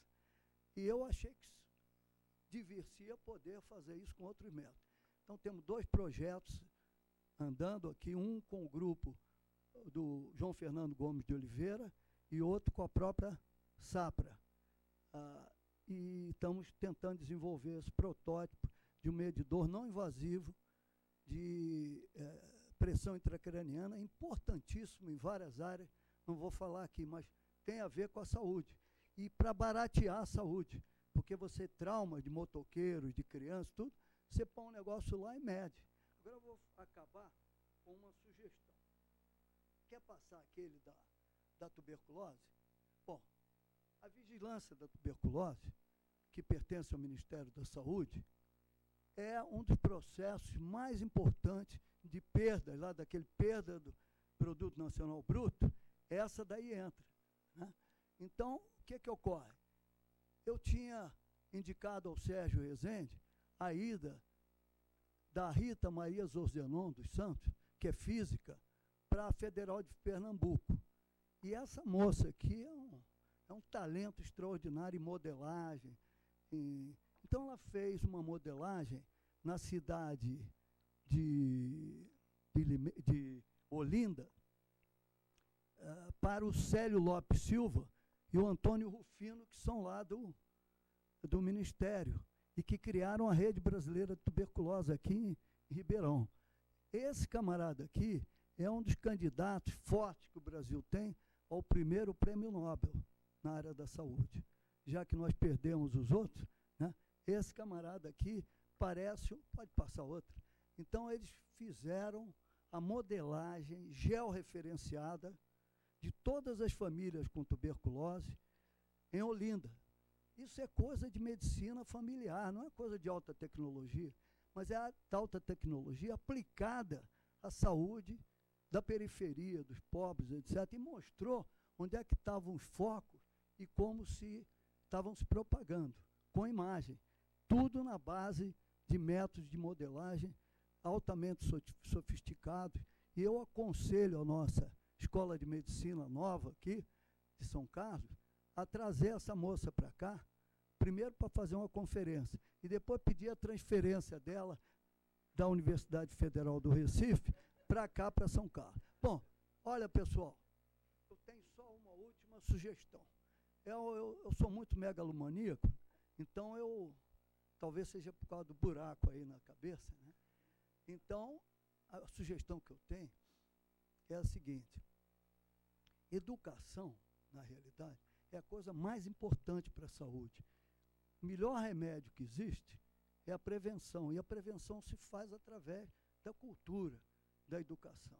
Então, tecnologia educacional é um negócio fundamental na saúde, como esses métodos também de informática. Então, eu sugiro que vocês possam pensar nessa área de educação para a saúde, que já existe, aliás, vocês já fazem isso, né, Seixas?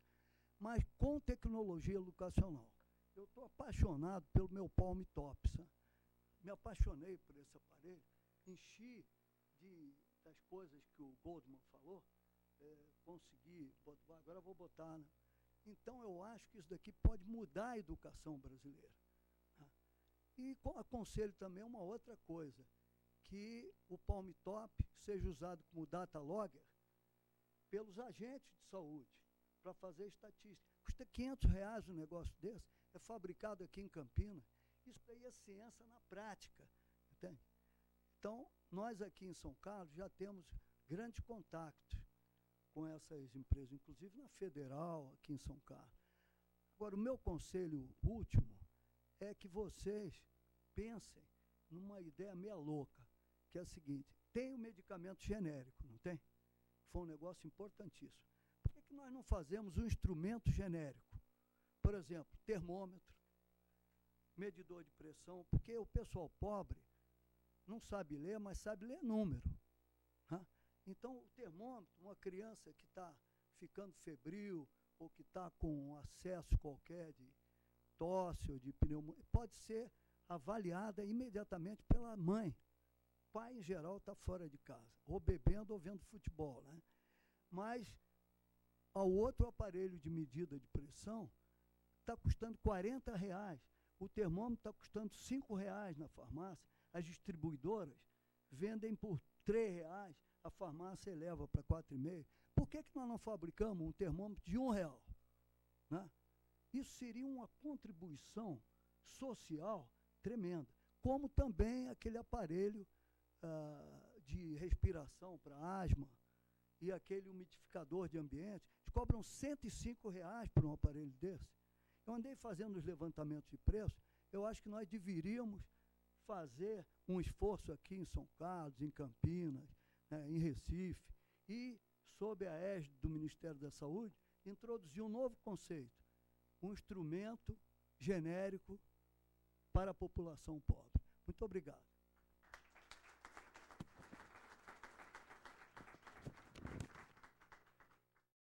Um pouco da generosidade do professor Mascarenhas, nós acabamos de presenciar um experimento de dilatação temporal, né? Mas para ouvir o professor Mascarenhas, tudo é possível, né? Eu vou encurtar um pouco a minha apresentação, justamente porque a gente vai ter oportunidade de presenciar muitas das coisas que eu vou dizer aqui na visita em loco, na Santa Casa, onde está instalado o nosso sistema de tomografia por ressonância magnética. A apresentação que eu quero fazer é uma descrição da situação atual do nosso sistema, das linhas de pesquisa que a gente está conduzindo no grupo e as perspectivas futuras que começaram a se desenvolver a partir dessa primeira conversa com o Dirceu e com outros colegas que já estávamos envolvidos na elaboração de um convênio com a Secretaria, com a municipalidade, no sentido de tornar possível a utilização de um equipamento de ressonância magnética, assim como outros projetos que vão ser descritos aqui, para que ficassem disponíveis no hospital hospital escola que está sendo implantado aqui no município. Próximo. Eu vou começar respondendo uma pergunta que inevitavelmente aparece: por que desenvolver a tecnologia de imagens por ressonância magnética no Brasil? E vou enfatizar os 4 últimos itens, principalmente porque a inteligência embarcada nesses sistemas está nos métodos, nas metodologias, nas técnicas que são utilizadas para desenvolver, para a obtenção de imagens por ressonância magnética. Segundo e terceiro, alto custo de importação e também alto custo de manutenção são extremamente importantes, porque a gente não tem quase que nunca dinheiro sobrando. O último, que eu acho que é um dos mais importantes, é a obsolescência precoce. Todos os sistemas que são comprados comercialmente, os usuários experimentam no final do primeiro ano de uso a necessidade de fazer um upgrade que custa tipicamente 20% do valor empenhado na primeira compra. E nós estamos falando aqui 20% tipicamente de $1 milhão, que não é pouco dinheiro. Próximo. Aqui eu faço uma descrição, uma breve descrição da história, da evolução dos projetos que tratam de imagens por ressonância magnética aqui no Instituto. Em 1983, um ano depois que eu comecei a fazer doutorado com o professor Panepucci, que aliás foi o grande mentor e continua sendo o grande mentor desse projeto, em 1983 nós obtivemos esses resultados que foram essencialmente as primeiras imagens obtidas no hemisfério sul. A gente usa muito essa expressão, mas quem for olhar no mapa vai observar que no hemisfério sul não tem muita terra, não tem muitos países, né? Salvo África do Sul, Austrália e Brasil, né? Mas foi um grande feito para essa época. Em 87, nós fizemos alguns trabalhos em cooperação com a Embrapa, de aplicação de ressonância magnética em agricultura. Esses são alguns resultados. Em 91, nós instalamos aqui no Departamento de Física o primeiro sistema para imagens em corpo inteiro, operando num ambiente quase clínico, né? Apesar da relutância de alguns colegas em ter pacientes circulando pelos corredores, num instituto de física, né? Isso já foi sanado e hoje em dia é a coisa que a gente mais vê, a gente circulando, né, em cadeira de roda, transitando pelos corredores do Instituto de Física. E, finalmente, em 1999, com a instalação de um sistema de corpo inteiro, já operando em ambiente clínico, na Santa Casa de Misericórdia aqui de São Carlos. Próximo. Essas são as características do nosso sistema. Eu vou passar rapidamente, quem quiser ver mais detalhes, a gente pode discutir lá durante a visita. Próximo. São uma das características mais importantes desse sistema, eu quero estressar na última transparência que eu vou mostrar, que o software, que é a inteligência embutida nesse sistema, é totalmente próprio. Um sistema de ressonância magnética é um conjunto de equipamentos que podem ser comprados na prateleira de vários revendedores, adicionados da inteligência que vai nesse sistema, que é o software que permeia, o sangue que circula dentro desses sistemas. Próximo. Isso a gente vai poder ver lá na Santa Casa também. Essa é uma tela de prescrição visual dos exames que vão ser feitos. A gente vai ter oportunidade de ver com mais detalhes. Próximo. Também a tela de elaboração dos protocolos, de alteração dos protocolos que vão ser utilizados. Próximo. E aqui alguns resultados. Enfatizando exames de cabeça, de coluna e de joelho, que perfazem, eu posso estar errado nos números, mas a maior parte dos exames indicados para ressonância magnética. Eu acredito que 80% dos exames são de cabeça, coluna e joelho. Tá? Próximo. Essas são algumas contribuições que nós fazemos na metodologia, como eu já tinha comentado. No desenvolvimento de hardware, a gente domina praticamente todos os aspectos de hardware no desenvolvimento desses sistemas e, obviamente, do software. Aqui a gente tem alguns exemplos de bobinas, de transdutores de ressonância magnética para anatomias específicas, uma bobina de cabeça e uma bobina para junção temporomandibular, que também pode ser uma bobina, um transdutor de órbita. Né? Próximo. Esses são alguns números que expressam, o Dirceu já mencionou esses números, mas em 6 anos de uso de rotina no hospital, já foram feitos mais de 6 mil exames. Esses números que eu tenho são de janeiro. O Edson talvez tenha números mais recentes, a gente pode discutir isso mais tarde. É um sistema que atende a vários convênios, principalmente SUS, Unimed, aos usuários do Hospital Universitário da USP, aqui de São Carlos particularmente, e clientes e pacientes de São Paulo, que vêm aqui também fazer exames, outros planos e particulares. E, obviamente, é uma referência para toda a região de São Carlos e Araraquara, inclusive Ibaté. Né? Cadê o Dirceu? Bom, próximo. Em 2003, surgiu um novo projeto, quer dizer, foram apresentados os primeiros resultados de um novo projeto, que a gente chamou de Arthrotorm, que tinha como objetivo explorar alguns dos exames que não tinham necessidade de serem feitos num sistema de corpo inteiro, e com isso resultaria num equipamento com custo muito menor. Muito menor, eu diria 10%, 20% do custo de um equipamento de corpo inteiro. E também para enfatizar a nossa necessidade de mostrar competência em desenvolver também os magnetos utilizados nesses sistemas. O próximo. Aqui tem detalhes da construção desse magneto. Aqui o magneto estava saindo da retífica, onde estava sendo verificado o paralelismo entre as peças polares. Aqui detalhe da construção, né, da bobina principal de indução para produzir o campo magnético.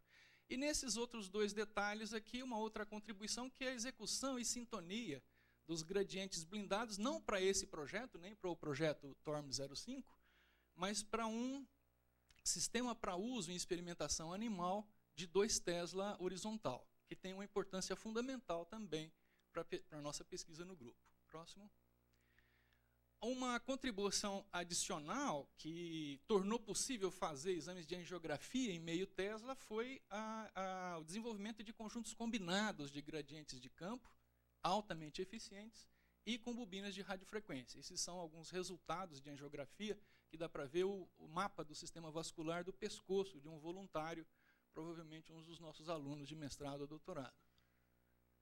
Próximo.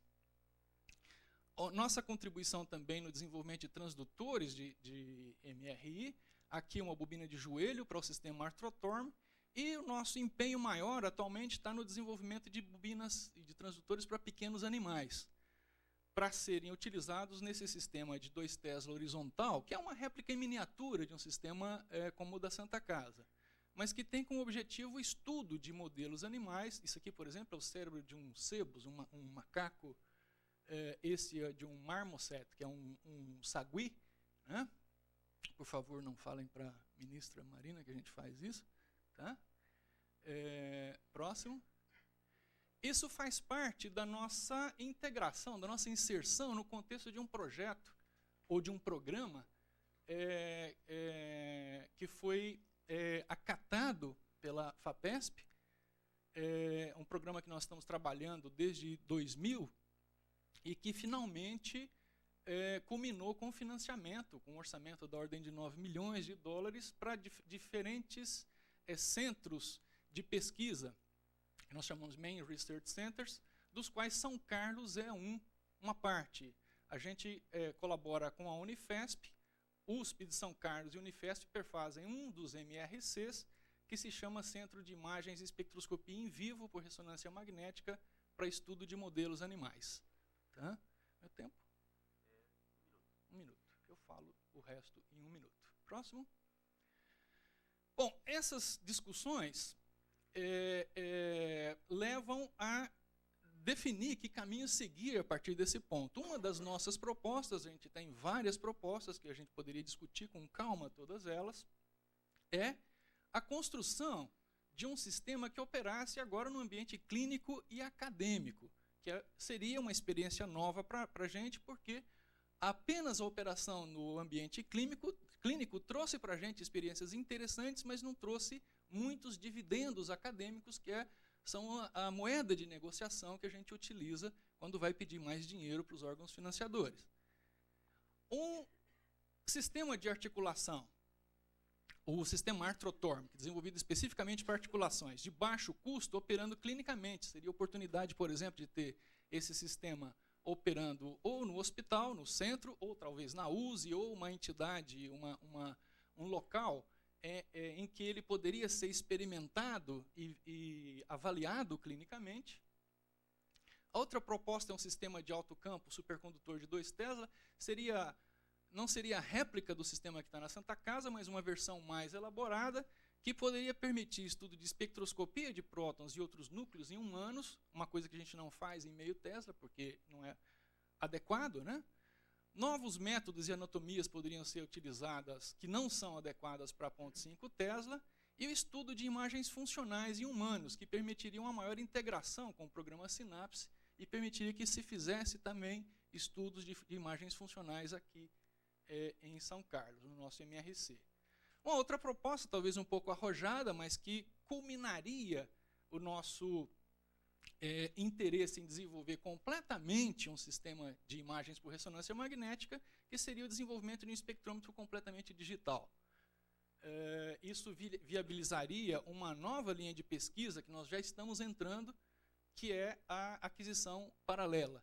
Eu posso discutir isso também depois com mais detalhes. Próximo. São especificações do sistema atual, próximo, e essas seriam as especificações do sistema proposto, que a gente já teve o cuidado de batizar de TORM 20, por conta dos 2 Tesla do novo equipamento. Próximo. Eu não vou me estender muito tempo, essa é uma discussão de como o know-how científico específico se enquadra dentro de um sistema de ressonância magnética. Isso aqui é o que a gente sabe, o que a gente domina, isso aqui é o que a gente pode comprar. A nossa proposta para o sistema de recepção digital é isso que a gente já domina, com isso que a gente pretende fazer, que tem um custo significativamente pequeno. Tá? Próximo. Isso, se alguém perguntar para a gente o que a gente vai precisar, a gente vai dizer que é uma equipe com essa configuração. Tá? Próximo. Esse é o nosso manifesto. Próximo. Se alguém precisar de maiores informações, a gente tem um site que pode ser acessado através desse endereço, que tem mais detalhes desse projeto e de outros projetos que nós estamos interessados.